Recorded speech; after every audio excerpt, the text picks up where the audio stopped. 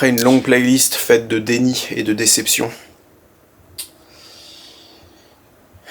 Aujourd'hui, je vais essayer de faire le premier tour de roue.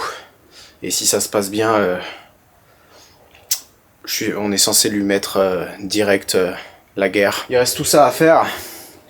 Et évidemment,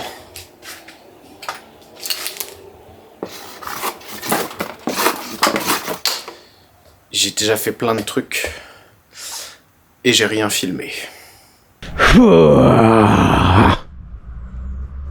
Cette vidéo t'est présentée via une GoPro 11. GoPro 11 qui ne foirera jamais. Je lui ai déjà fait un briefing. Les écrans noirs, foirage GoPro, c'est terminé. Elle le sait. Une fois et merde.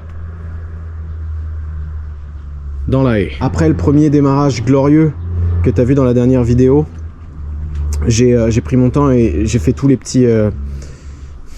comment t'appelles, la procédure post premier démarrage. J'ai démonté les bougies, elles étaient belles. J'ai pris les compressions. Il y a 8, 5, 9, 8, 5. Mais je crois que mon compressiomètre Amazon il dit ce qu'il veut. Et je l'ai payé 14,99 €. Et autant, tu vois, je suis plutôt pour la liberté d'expression, mais pas trop pour les compressiomètres. J'y ai fait une vidange aussi pour que toute la merde, la sauce, elle s'en aille. Et l'huile, elle est belle. Bon, vu comme ça, et ouais. J'ai celle du filtre. Ça, c'est ce qu'il y avait dans le filtre à huile. Et ça, c'est le genre de première vidange qui fait vraiment plaisir à son homme. Il y a un peu de merde quand même, hein, mais j'ai pas dit non plus que j'avais nettoyé le récipient. J'ai resserré la culasse aussi. Tu sais, mon pote Marcus qui m'a vendu les vis en L19 de culasse, il m'avait dit 100 Nm, tu fais chauffer, tu remets 120. Et ben, il y en avait qui étaient genre par là, elles étaient plutôt vers 85-90. Et là, elles étaient plutôt vers 105. Je ne sais pas. Du coup, j'ai tout mis à entre 115 et 120. Ça fait un peu flipper, hein, 120 sur une vis en M11. Mais ça, c'est fait. Et là, j'ai une annonce à faire. Au moment où je vais enlever ce t-shirt, ça va être... prépare-toi, prépare tes mirettes, mon petit gars.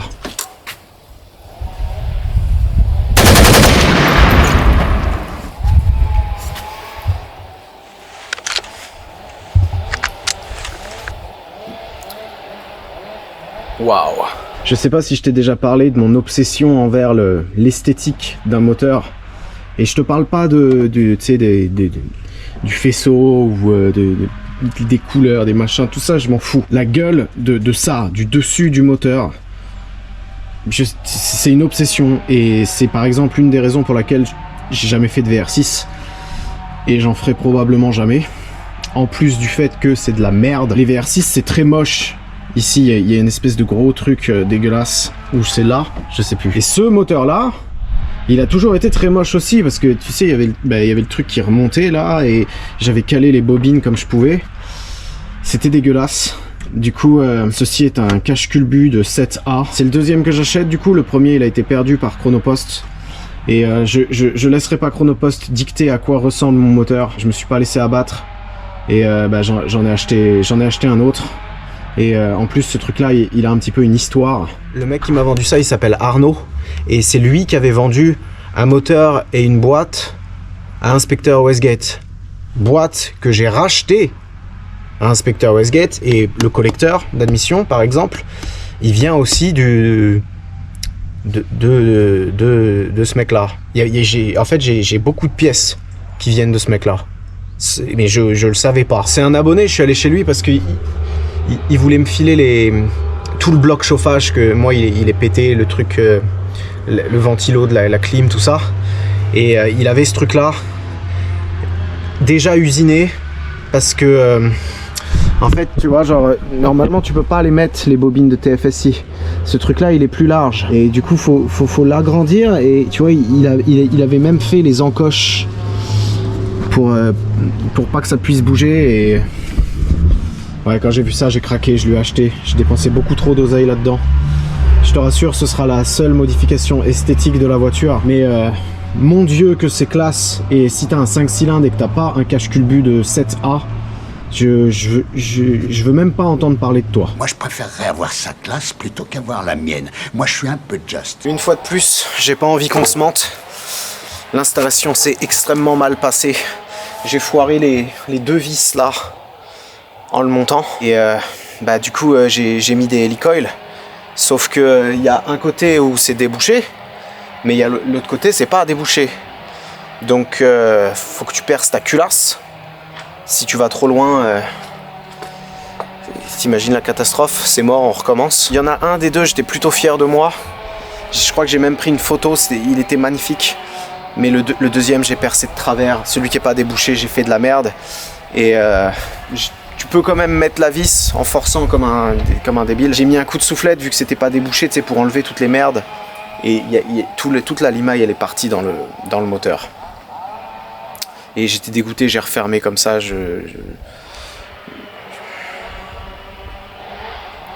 Son homme n'a pas ressenti de plaisir. Et il y a eu une autre histoire que j'ai pas trop envie de te raconter. Parce qu'il est possible que j'ai dit précédemment qu'il n'y aurait plus de problème avec ce collecteur.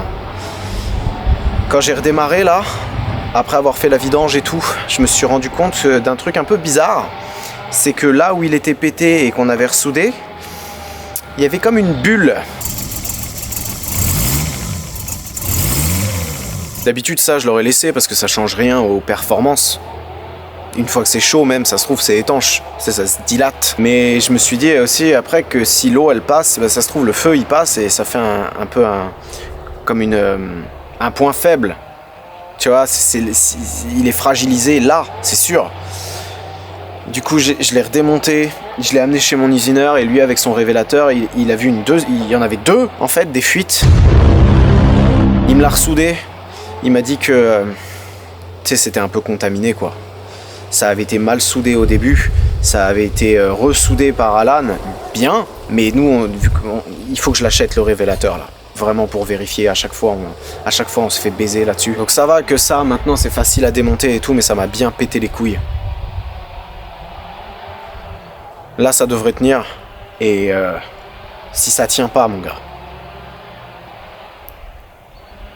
je m'achète une 206 HDI. Après toutes ces mésaventures, j'ai redémarré. C'est bon, il n'y a pas de fuite, tout va bien. J'ai tout recalibré le calculateur. En fait, j'ai appris pas mal de trucs depuis que je l'ai pété, cette poubelle. Tout ça, je te montrerai après tout à l'heure. Et qu'est-ce que j'ai fait d'autre? J'ai rechangé ça par exemple. Tu sais, j'avais pas le bon raccord. Ça, c'est parce que c'est du AN4. Mais il y a deux types de AN4. Il y a AN4 normal et AN4 PTFE. Et la dernière fois, je m'étais gouré. J'avais pris PTFE en bas, Duric PTFE, et ça, c'était AN4. Du coup, ça marchait pas. Tu sais ce que ça veut dire, PTFE? Le dernier truc que j'ai fait hors caméra, pendant que le collecteur il était chez mon usineur et que j'étais bien énervé, j'ai changé les freins avant. Cette caisse d'origine, elle freinait pas. Et après, j'avais mis disque et plaquette avant Febi. Febi, c'est bien, hein, c'est de l'origine. Et non seulement j'ai voilé les disques quasiment immédiatement. Alors, je freine même pas fort, hein, mais je sais pas. Enfin, je veux pas me prendre un procès non plus. Peut-être que c'est normal que ça voile. Peut-être que c'est une technique commerciale, j'en sais rien. Mais l'immense problème, c'est que tu sais, le truc du turbo, il fuyait, ça avait coulé sur les plaquettes de ce côté-là. Et le reniflard, il fuyait aussi avant. Et il y avait plus de frein. Les plaquettes, elles étaient imbibées d'huile. Je sais pas si t'es au courant, mais je sors toujours mes vidéos en première live. Je passe beaucoup de temps sur le montage et j'aime bien voir la réaction des gens en direct. Un peu comme si j'avais fait un spectacle, tu vois, quand les gens ils se marrent en direct de toutes ces vannes de merde. Ça me rend heureux. Et il y a quelques temps, il y a un mec qui a fait une donation de 100 €. Et après, il y a un autre mec qui a fait une donation de 200 €. Et le mec qui a donné 100, il s'appelle Roby. C'est une putain de légende. Il a mis un message du genre « Personne ne donne plus à Le Farine que moi ». Et il m'a donné 500 balles. Ça m'a mis un peu mal à l'aise sur le coup. Et avec ces sous-là, une fois que j'ai payé ce que je dois à l'État, du coup, il me restait genre 14 balles. Et du coup, j'ai acheté disque et plaquettes EBC. Je demande pas grand-chose, mais cette caisse-là, tu te retrouves très rapidement, légèrement au-dessus des limitations de vitesse. Je veux juste que ça puisse freiner. Genre, arrêter la voiture. Et il faut que j'arrête de parler de ça parce que ma cheville gauche dans cette position, elle est en train de se désintégrer. Donc voilà où on en est. Là, il n'y a plus qu'à suivre la liste du destin. Les freins c'est fait, la calibration c'est fait, il va falloir que je remette toutes ces merdes. Et le but là déjà, dans un premier temps, ce serait d'arriver à aller chez Alan pour mettre une béquille sur le turbo. La 206 HDI, elle rôde autour de moi, tu vois. Donc là, je pense que la vanne a trop été faite. Et faut vraiment plus que ça pète. Donc ça, je t'expliquerai plus tard, mais je vais y mettre une rotule. Ah putain, si, il y avait ça que j'ai fait aussi. Ça, c'est une sorte de Calorstar, mais pour l'huile. Et ce truc-là, il s'ouvre, tu vois, et il laisse passer l'huile dans le petit refroidisseur qui est à l'envers devant. Sauf que ce truc-là, il s'ouvre à 110 degrés. Donc ça passe quand même, hein. Tu vois, il y a des petits trous, mais 110 degrés, c'est tard. Et la pression d'huile à 110 degrés, c'est pas ouf. Du coup, mon pote, il en a trouvé un qui est sur une Porsche. Le carton, il est là. Je te donne pas la ref pour l'instant, mais celui-là, il est censé s'ouvrir à 80 degrés. Et ça aiderait carrément ma cause. Si l'huile, elle peut réguler un petit peu plus bas. C'était pas vraiment le même. Il y avait pas ces trucs-là. À l'intérieur, c'était pas le même. Mais c'était à peu près le même diamètre. Une fois de plus, c'est Tonton Farine qui va faire le recherche et développement. Et probablement tout péter. Étape 1. Il va falloir remettre ce truc-là. Et ce truc-là, je me suis fait douiller aussi parce que ça, c'est... Merde, non, c'est comme ça. Ça, c'est ce qui empêche de bouger ton moteur. Et je sais pas si tu te souviens, moi, comment ça bougeait au banc. C'était les supports moteurs renforcés comme ça suffit pas. Du coup, j'ai acheté ce truc-là sur 034 Motorsport. Et je me suis fait douiller parce que t'es obligé d'acheter le support. Comme ça, là, ce truc-là. Et évidemment, ils vendent pas le support tout seul. Du coup, je me retrouve là avec deux trucs rouges.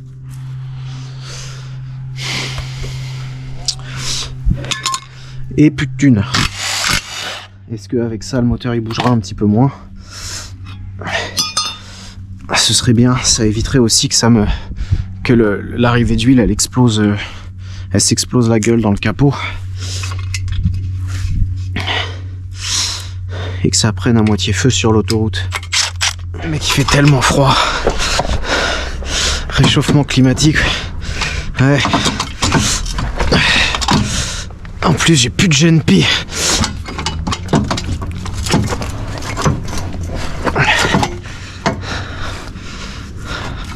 Ah oui.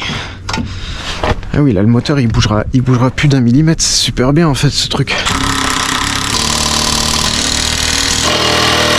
Cette voiture-là, faut pas trop regarder en dessous parce que si la plaque, elle fuit, il faut enlever le moteur. Je préfère pas trop savoir.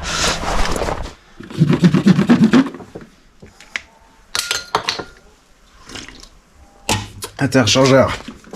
Alors prépare tes mouchoirs parce que peut-être pas, hein, je sais pas encore comment ça va se passer, mais il est possible que ce soit la fin de la barre de paysans socialistes. C'était un des trucs qui faisait le plus chier sur cette caisse.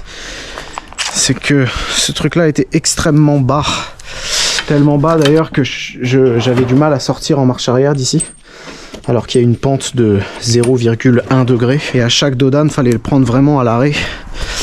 Donc, mais putain, c'est du combien? Étant moi-même un clochard alcoolique, comme on me le répète souvent dans les commentaires.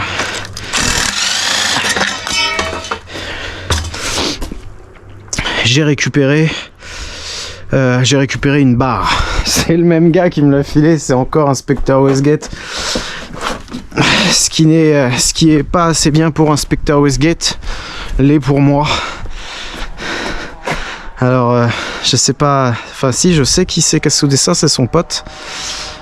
Mais là c'est honteux. Normalement, faut mettre du gaz. Il y a eu un problème. Non. Comment ça va cette merde? Je me demande si elle est vraiment plus haute sa barre de merde là. Parce que on est d'accord que c'est censé aller là. Et là. Donc là on est où? Et le trou il est là. Il est sur cette rangée là. Celle-là.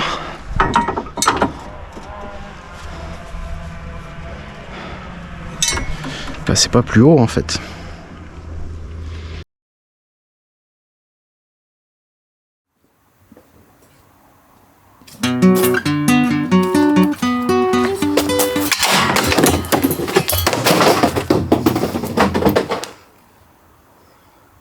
J'aime pas ta barre, Paul. Bon bah je crois que on va devoir un peu malgré nous admirer les performances de la GoPro 11 en basse lumière parce que ça fait 2h30 que je me fais chier là-dessus. La barre c'est de la daube, enfin ça le lève pas plus que ça. Et du coup j'ai remis la barre de paysan socialiste indétrônable. Et pour essayer de le remonter, au lieu de prendre les deux vis qu'il y a là, j'ai pris le truc du milieu, tu vois. Il y a un trou au milieu, j'ai mis un truc avec un autre, et ouais, ben ça le remonte, un peu. Mais le problème, c'est que, vu que là, on a changé le turbo, il n'y a plus aucun tube qui va bien, et là, c'est encore pire. Donc, ici, déjà, ce turbo-là, c'est pas socialiste, mais presque, il sort en 63, du coup, j'ai un réducteur, enfin, 63, 76. Et ce truc-là, avant, il allait genre comme ça, en le mettant à l'envers et en changeant l'angle, il y va. Il y allait. Là, là. De ce côté-là, j'ai mis une articulation ici, c'était un droit avant. Et ce truc-là, je l'ai mis dans l'autre sens, à l'envers. Si je reprends celui-là, il y va. Il est pas beau, il est soudé et tordu, mais au moins il y va. Là. À peu près. Pareil, c'est l'articulation qui sauve. Et ici, parce que là, avant j'avais la blow-off valve ici, je peux plus la mettre. Mais la blow-off valve, si je la mets là, ça fait une articulation. Et ensuite d'ici à ici, on peut peut-être faire un truc pas trop pourri. Le délire, c'est que ce truc-là, là, maintenant que j'y pense... Allez, putain! Ce truc-là...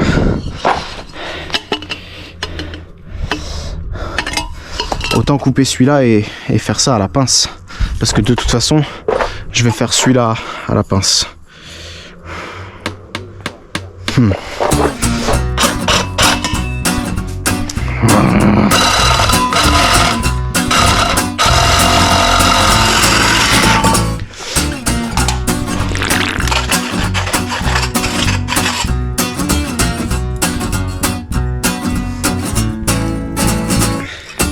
C'est un peu ghetto, mais ça marche. Enfin, c'est un peu ghetto, c'est pas joli, mais on s'en bat un peu les couilles, non?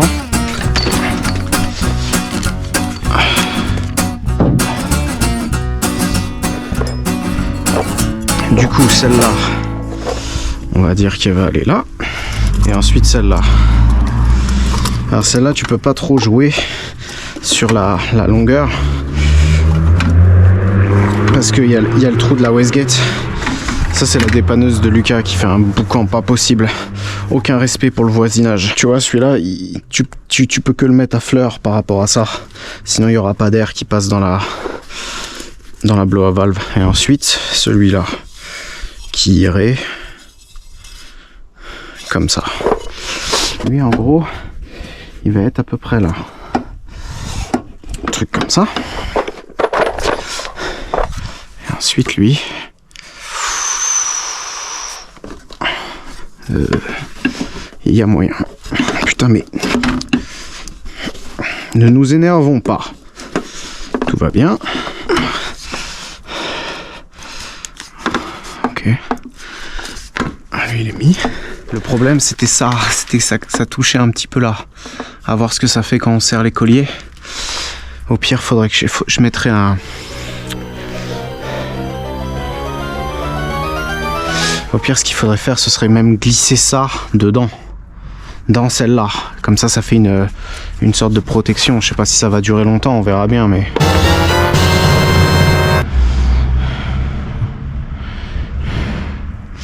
Ok, je m'arrête là pour ce soir, j'en ai marre. Il fait froid. Et... j'ai faim. Il fait froid. Il fait froid. Ça pue. Ça pue. D'abord, il fait pas froid.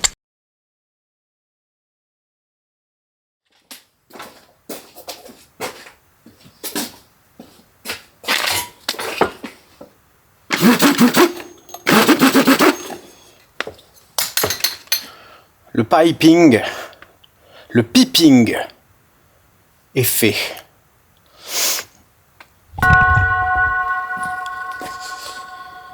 Il a fallu absolument tout redémonter parce que j'avais oublié qu'il y avait de la merde dans les tuyaux. Je les ai laissés dehors 3 mois et il y avait même un escargot. Il y avait un escargot à l'intérieur du tuyau. Ça aurait été l'escargot le plus rapide de toute l'histoire de l'Île-de-France. Mais j'ai préféré l'enlever quand même. J'étais pas super content non plus du... Tu sais, ça touchait encore un peu là où il y a le phare, donc j'ai tout découpé. La structure du châssis est compromise. Et le phare d'ailleurs, je sais même pas si on peut encore appeler ça un phare, parce que c'est plus un porte-ampoule. Il y a plus de phare.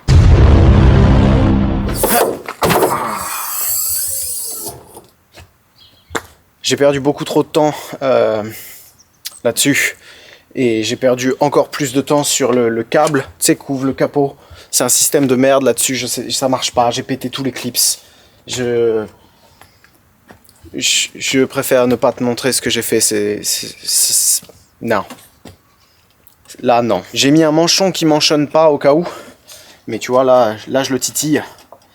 Et ça ne touche nullement. Et maintenant que ça s'est fait, d'après la liste du destin, faut remettre le pare-choc aussi. Mais on peut aller faire un tour. On peut essayer d'aller à Super U. Ça, c'est pas sur la haie, c'est dans la haie. Est-ce qu'il va y aller ?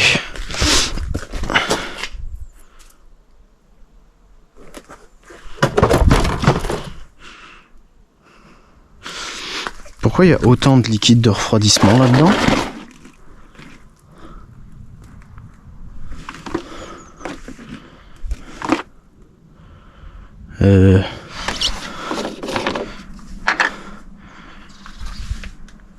Bon, on verra bien.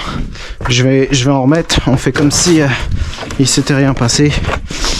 C'est probablement un reste, hein, qu'il y avait parce que j'en ai foutu à côté quand j'en ai mis. L'avantage de la barre de paysan socialiste, un avantage qui est indéniable, c'est qu'elle tient le pare-choc. Enfin, qu'elle tenait le pare-choc.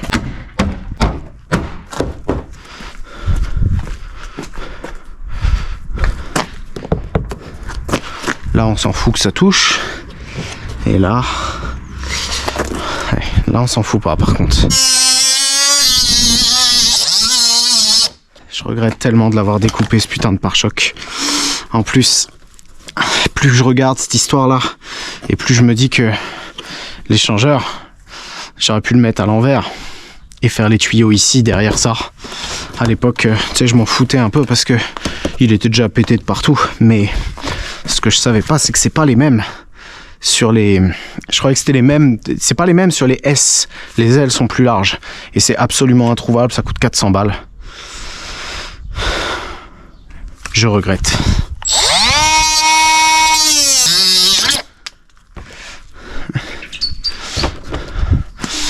C'est mieux. Bim. T'as vu, j'ai repeint le turbo.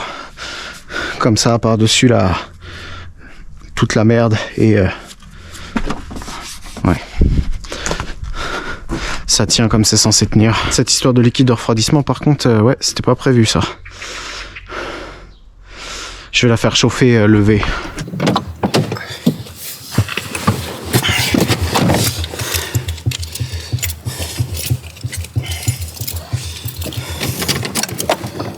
Meilleur mappeur de YouTube.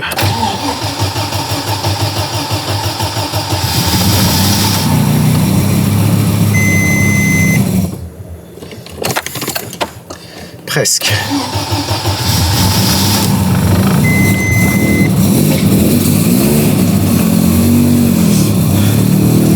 Ok.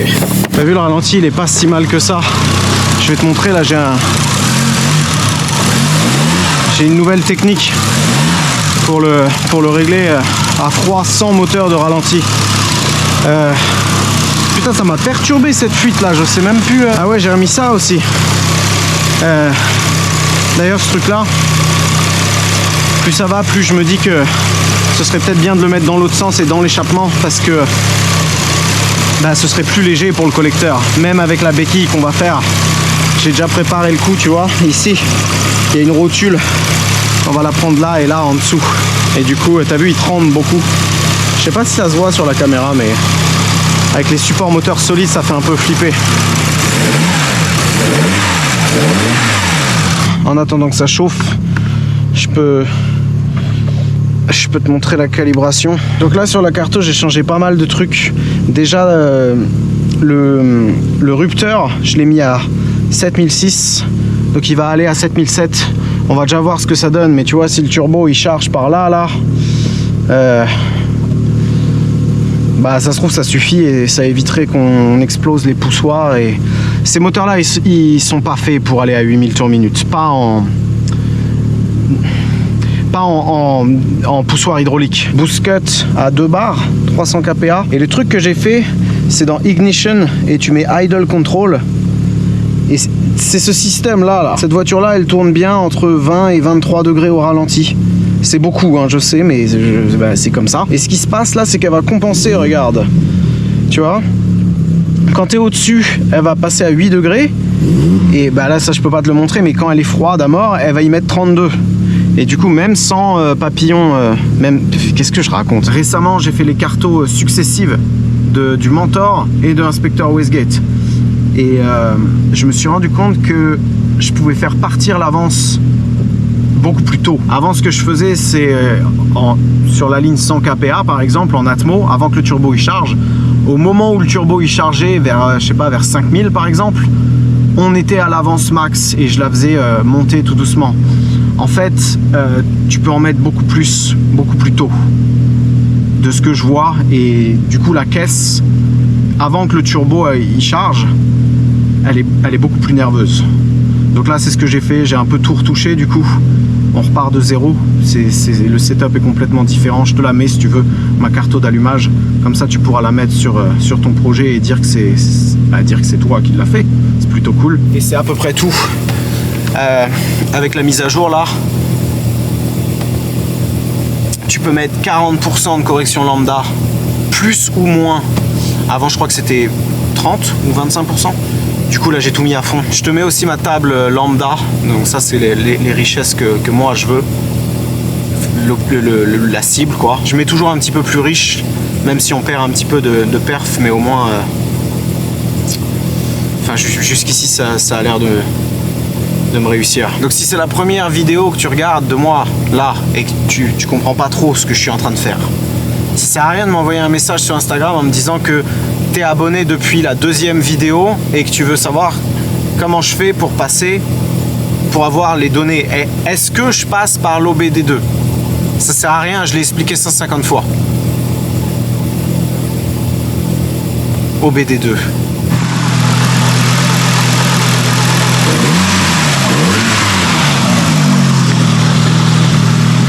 Elle est où cette putain de fuite là?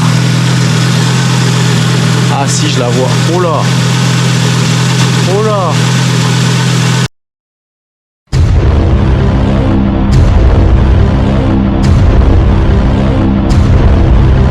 Je crois qu'on est bon. Là le ventilo il est déclenché et ça fuit plus. C'était cette durite là. J'avais paumé ce truc là, du coup j'ai tout fait au tournevis et en fait tu serres pas assez avec un tournevis, c'est de la merde. Là je les ai toutes vérifiées sauf celle-là, j'arrive pas à la voir. Je sais pas pourquoi j'ai mis le collier comme ça, c'est très très con. Mais ça a l'air d'aller.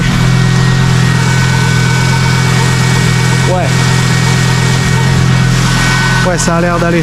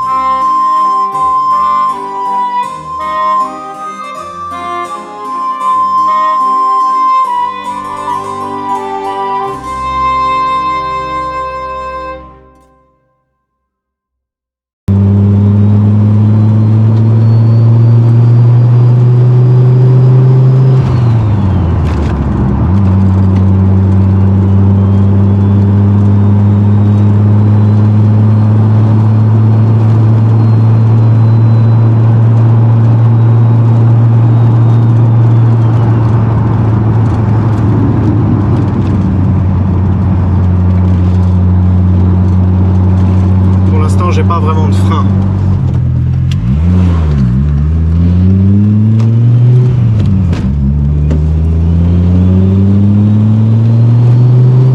Je sais pas si tu l'entends la GoPro sur la...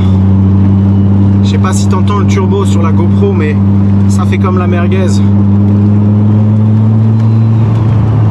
À 2000 ça charge. Et là ça pue le cramer. L'embrayage. Les freins, je taperai pas dedans tant qu'il n'y a pas la béquille du turbo. J'ai assez souffert avec les collecteurs là. Normalement j'ai rendez-vous demain, mais la 4 elle est raide à passer.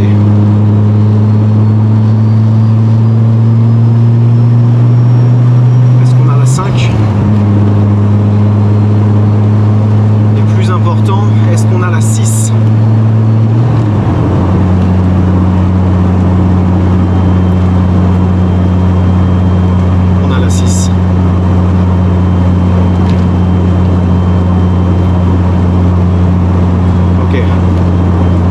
Des petites pertes de synchro la coquine, mais bon ça là je crois qu'elle l'a toujours un peu fait.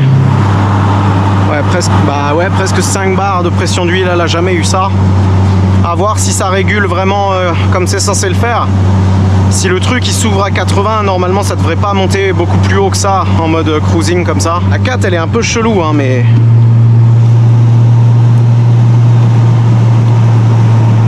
tant qu'elle rentre, je me plains pas. Un truc un peu bizarre, c'est que là il me dit que je suis à 60 et là il me dit que je suis à 78 en température d'eau. Oh mon dieu, le turbo il charge à 3005. Je vais aller mettre le plein, je vais m'arrêter quelque part pour tout vérifier. Et ensuite il faut que je prenne je sais pas, je vais peut-être aller à la pharmacie parce que je suis un peu tendu là, putain de merde.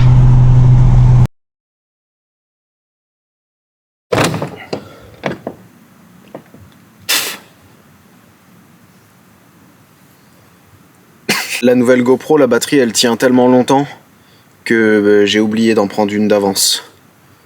Donc j'ai fait le plein et j'ai baroudé un peu, j'ai fait je sais pas 100 bornes, un truc comme ça en tout. Je veux pas crier à la victoire trop vite parce qu'en général c'est là qu'il se passe des trucs catastrophiques, mais pression d'huile, on a une fois qu'elle était chaude là 4 bar 5 à 3000 tours minute et au ralenti entre 1 bar 5 et 2 bars, donc c'est le double de ce qu'il y avait avant, donc ça c'est déjà une petite victoire. Et niveau température là il fait archi froid et j'ai un Calorstar qui s'ouvre à 71 degrés, donc je sais pas trop ce que ça donnerait dans des conditions tropicales. Sur le Mano là dessus t'as 60 degrés, une barre inconnue et 130.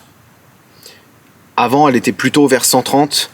Et là, elle a l'air de réguler sur la barre inconnue. Ça doit être 80 ou 90, je sais pas trop. J'en ai pas grand chose à foutre. Tout ce que je sais, c'est qu'elle est plus à 130. La boîte, ça a l'air d'aller. La 6, elle passe. Ça fait plus le bruit aussi.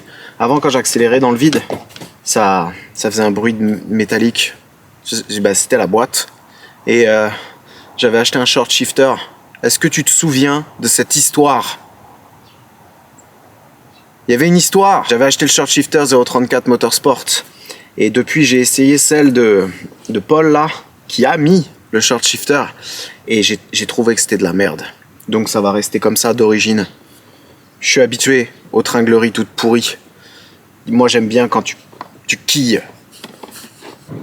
Donc on va rester comme ça. On va quiller. L'échangeur, même si je l'ai remonté que de ça, et ben ça, des fois, c'est ce qui fait toute la différence. Vers Clairefontaine, dans le 78, il y a un dos d'âne qui a pris l'âme de milliers de carters.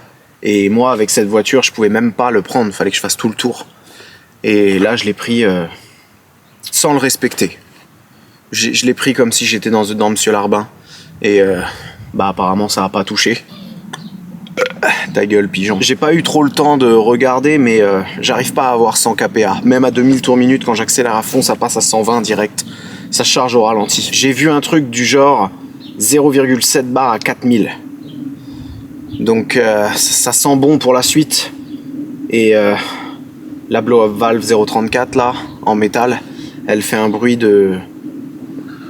un espèce de bruit de katana. Elle fait chou.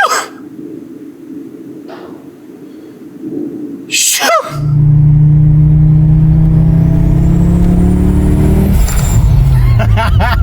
Comme je te dis, je fais pas trop mon malin parce qu'en général c'est toujours là que ça se passe mal. Mais là faut que je parte chez Alan pour faire la béquille du turbo. Je vais claquer des doigts et au moment où le plan d'après, soit il s'est passé une catastrophe, soit on est chez Alan et je fais un briefing à Alan.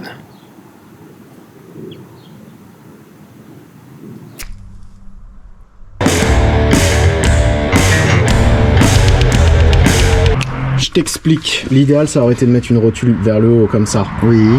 Mais ça passe pas. Ça touche. Ensuite, là, ça aurait été bien. Mais là, il y a ça.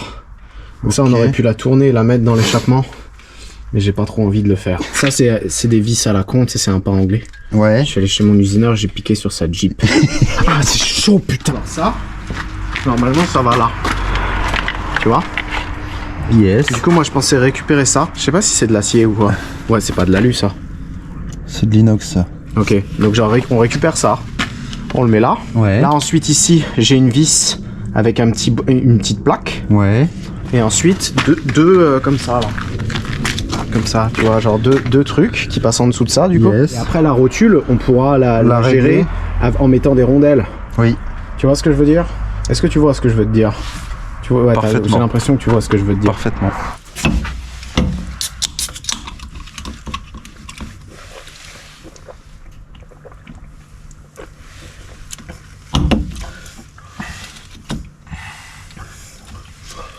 Je suis sûr que cette pièce-là, genre les puristes qui l'ont pas, ils s'arracheraient une couille. Perce là, vas-y, perce là. Vitesse 2, voilà. Tac.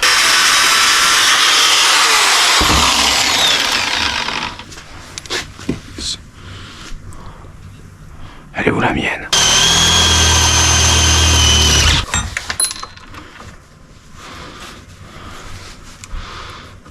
Bon, ça force. Vas-y, force dedans, j'en ai une deuxième. Hein. Peut-être ça y va. Hein. Ah, tu vois. Bah vas-y, go. On le met là-bas et on voit ce que ça y dit. On voit. Putain, t'as vachement percé au milieu. Hein. Oh la vache. T'as vu ses mains? T'as vu la dextérité de ses mains? Quand ça titille une ça doit... Dans le camp adverse, ça fait pas la maline.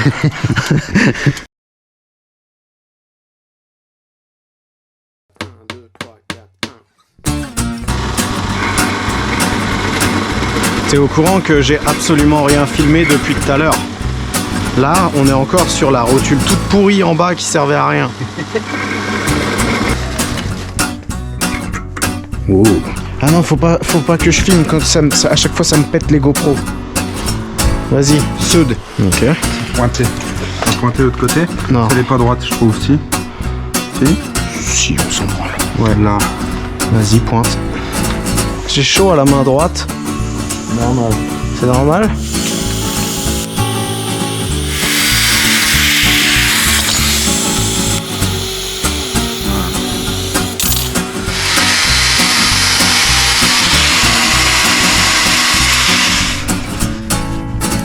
Putain, mais c'est dingue ce qu'il faut faire. Je ferais mieux d'acheter une caisse qui fait déjà 850 chevaux, genre une Huracan. Ah bah ouais, non. Ça fait 700 chevaux d'origine. Et ouais, et puis je peux pas, parce que c'est pas de thune. Déjà la gueule, est-ce que t'aimes bien? Ouais. Moi j'adore. Ouais. Ah oui, ça fait un truc en plus, là ça va pas bouger, putain. Démarre-moi cette merde.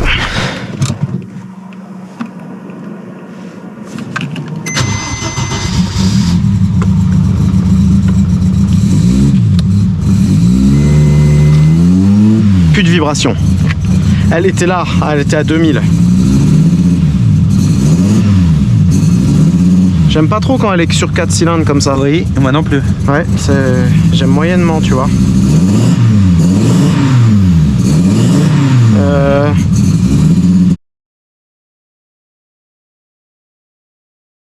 C'est bizarre parce qu'on a moins de pression d'huile que tout à l'heure.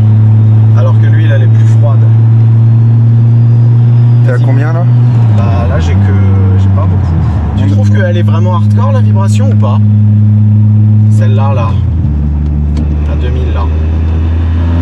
Moi je pense plus à un écrou ou une connerie d'oublier quelque part là. T'as vu, celle-là elle est pas belle hein. Non mais là c'est toute la bagnole qui brille à 2000 là. Tu vois? Oui. Non, ça te choque pas? Ah mais t'as monté le moteur en... Ah oui là tout est solide. Il y a le virage au bout mais vas-y. Stop.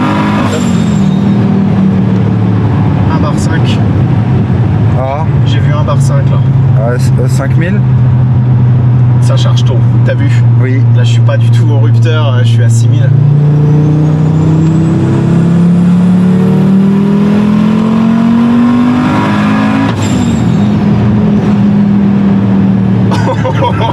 Mais il est vachement haut le rupteur là.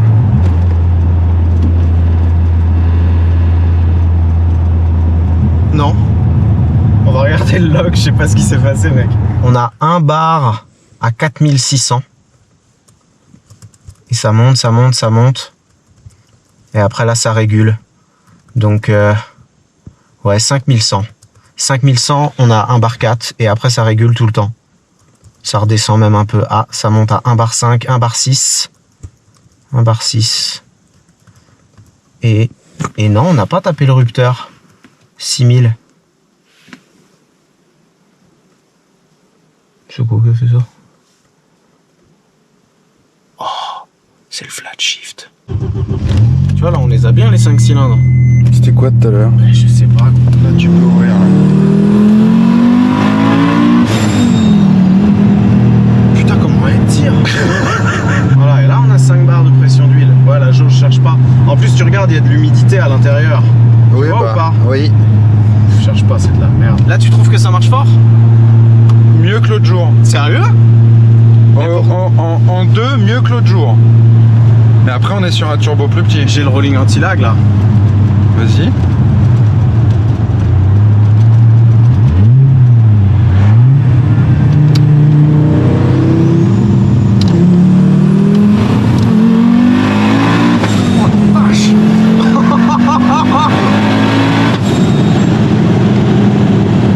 Non, ça marche moins fort que l'autre jour quand même.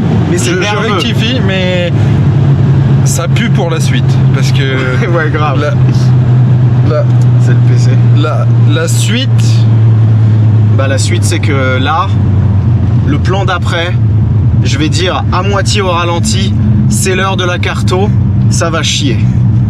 Coupe.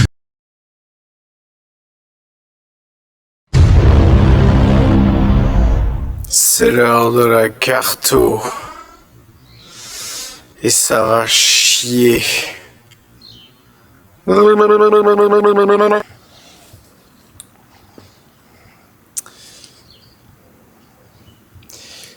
En fait, non, c'est pas l'heure de la carto, Il y a eu une couille. C'est pas grave.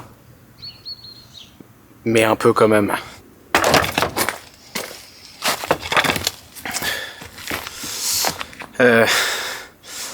On pourrait d'abord se concentrer sur les points positifs. Le support qu'on vient de faire sur le turbo, moi j'en suis plutôt fier. Je sais que normalement c'est avec 2 rotules et suspendu, mais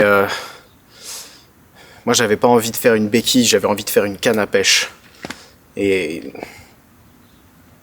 t'inquiète, ce collecteur là il pourra jamais casser. Et ce petit turbo il a l'air de bien quiller aussi. C'est le comportement que cette bagnole elle aurait toujours dû avoir. Et c'est d'ailleurs le turbo que Autotech Turbo m'avait proposé dès le départ.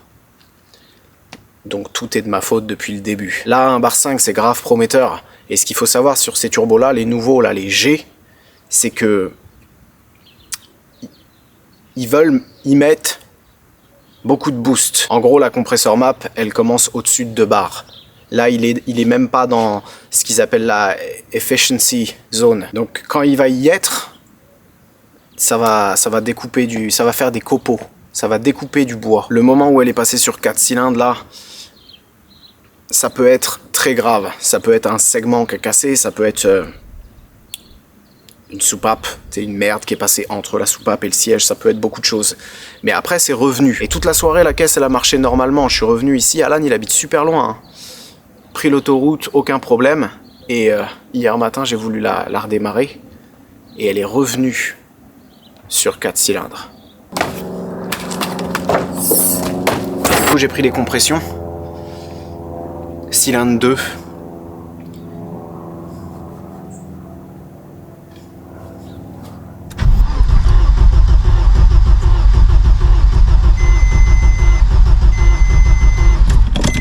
Ça devrait pas faire ce bruit là. Oh non, putain. Mais en insistant un peu au démarreur, le cylindre, il revient. Et j'ai repris les compressions une deuxième fois, et il y a exactement pareil qu'avant. Du coup, je me suis dit, bah, la seule explication logique, un segment, ça revient pas, hein, une fois qu'il est pété, et une soupape, quand il y a une merde, en imaginant qu'elle parte, elle va pas revenir, elle a dégagé dans l'échappement. Donc c'est un poussoir. Donc j'ai démonté, j'ai enlevé les arbres à cam, j'ai enlevé les poussoirs, et c'est là que... Ouais. Horreur et stupéfaction.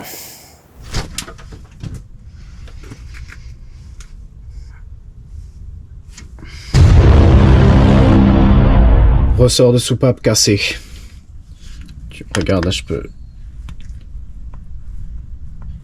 j'arrive à l'appuyer à la main. Je me réconforte un peu en me disant que, tu vois, la compression, elle revenait. Donc, c'est impossible que la soupape, elle ait touché le piston. Et à mon avis, ce qui s'est passé, c'est que c'est le gros ressort qui a cassé. Mais il y en a 2 là-dessus, et c'est le petit qui fait le retour. Le gros, c'est plus la précontrainte du truc, quoi. Et j'ai regardé les arbres à cam, ils ont pas l'air éclatés. Et je comprends pas ce qui s'est passé. Pour moi, un ressort, c'est pas une pièce d'usure. Tu vois, comme un ressort d'amortisseur, soit il casse en 2 sur le coup, soit il a rien. Mais bon, bah apparemment ma théorie elle est fausse parce que bah maintenant tu le sais, si toi aussi tu mets la 2 à la place de la 4 et que ton moteur il fait 2 tours de contour, il y a de fortes chances que ça ait explosé les ressorts. C'était littéralement le seul truc que j'ai pas changé depuis les 11 000 tours minute. J'ai changé les vis de palier, les vis de bielle, vis de volant moteur, vis de culasse, les soupapes. C'était le seul truc. Et ouais, je me suis un peu fait douiller. Du coup là, faut en racheter et faut changer les 20. Tu vois, parce que s'il y en a un qui claque, j'imagine que les autres sont pas loin de claquer. Et je sais que tu pourrais les changer sans enlever la culasse, avec de l'air comprimé ou en mettant une corde à l'intérieur du cylindre, mais là-dessus c'est des ressorts de la SNCF, c'est des ressorts qui sont censés pouvoir prendre 9000 tours. Il va falloir fabriquer un outil en plus, je vais perdre plus de temps que fort déculasser quoi. Ce qui m'emmerde c'est que là la voiture, tous les problèmes étaient réglés, il n'y a plus que cette petite vibration là à 2000 tours minute, mais bon, tu tu mets un volant moteur en alu à la place du volant moteur bimasse d'origine qui fait 20 kg. Tu mets des bielles chinoises Max Speeding Rods qui font 100 grammes de moins que l'origine. Tu fais tomber le vélo par terre, tu pisses dessus et tu remets la poulie dumper d'origine qui est toute craquée. Je m'attendais à ce qu'il y ait de légères vibrations. Tant que ça pète pas le collecteur, je m'en fous. Mais ouais, là c'est un peu un échec. Et il n'y a pas de rédemption possible. Je sais que par les temps qui courent, il faut prôner une espèce de positivité à la con, en disant à tout le monde qu'il faut se lever à 5h du mat, prendre une douche froide et ensuite investir dans les bitcoins. Mais moi, quand les dieux du tuning me tombent dessus comme ça, bah là ce que je vais faire, c'est que je vais aller m'asseoir sur ma chaise de jardin et je vais regarder mon établi pendant quelques jours. Peut-être prendre un petit peu de motivation en canette et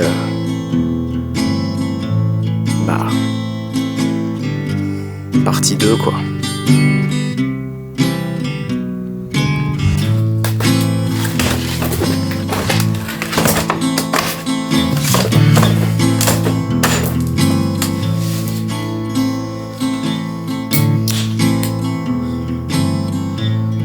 Ça mérite pas de crachat, ça mérite pas de générique. La prochaine fois qu'on se voit, c'est carto, injecteur, pompe. Et ensuite on va chez EMS Motorsport.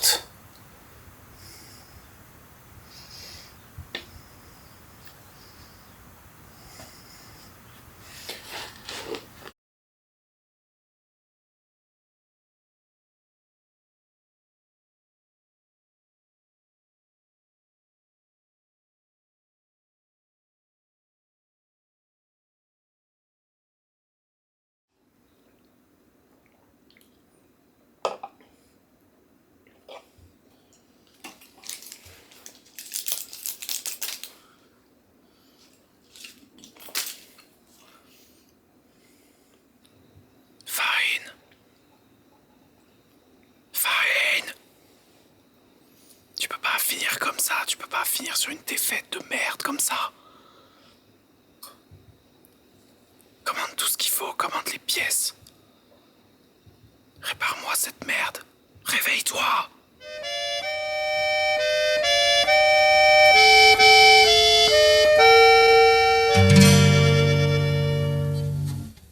Réveille-toi, Farine.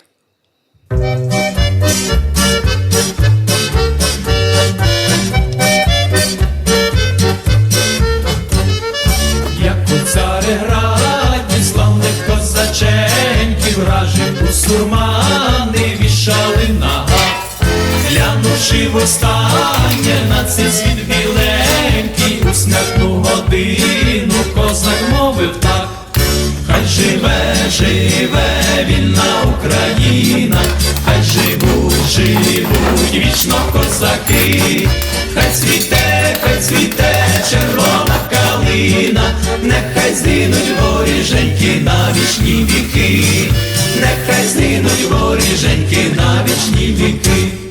Як вороги кляті нас на кіл саджали, як живцем палили, у смолі пекли, козаки у ката життя не благали, про долю країни думи їх були. Хай живе, живе вільна Україна, хай живуть, живуть вічно козаки, хай цвіте червона калина, нехай згинуть воріженьки на вічні віки, нехай згинуть воріженьки на вічні віки.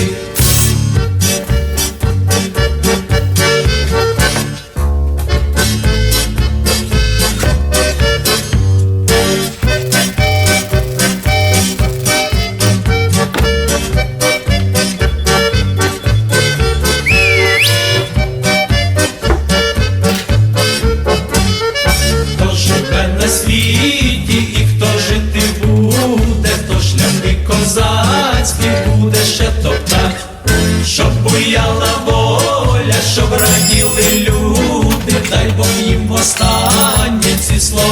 сказать.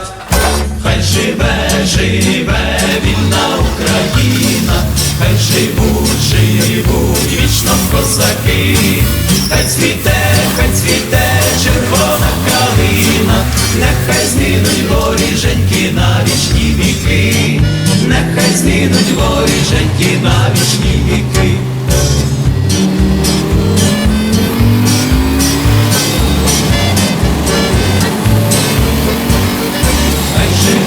Живе вільна Україна, хай живуть вічно козаки, хай цвіте червона. Ça sert à rien de s'acharner contre moi.